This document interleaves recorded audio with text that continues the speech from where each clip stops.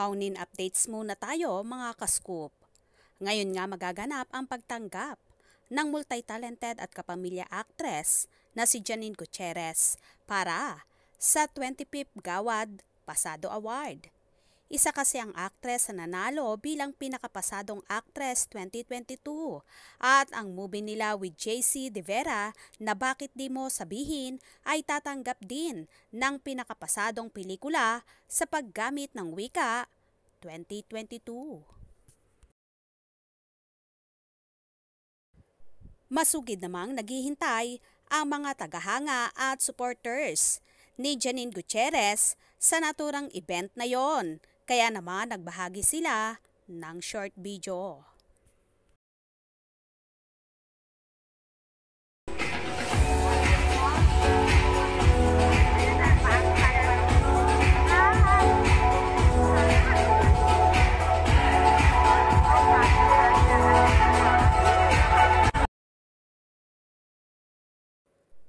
While si Paulo Abilino naman ay kasalukuyang nasa Singapore, kasama ang kapartner at leading lady na si Kylie Versosa, kung saan may shooting silang ginagawa doon para sa pelikulang Elevator.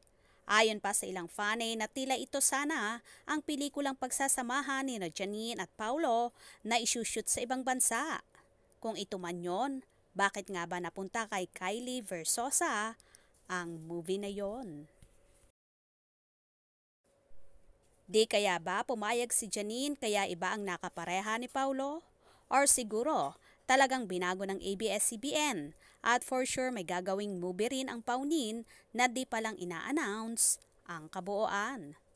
Samantala, nagbahagi rin si Paulo ng ilang larawan na kuha sa Milan, Italy, kung saan nagkaroon sila ng show doon with Asa Family noong September 10.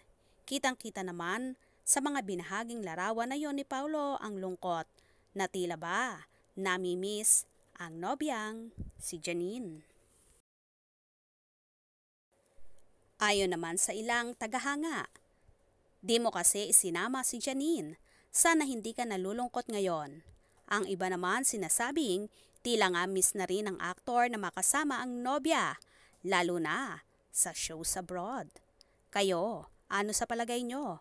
Bakit nga ba malungkot si Paulo Abilino? Kaya naman tumutok at wag na wag pahuhuli sa mga maiinit na kaganapan, especially sa Paunin updates. Mga ka-scoop, anong inyong magiging reaction sa bidyong ito? Comment below.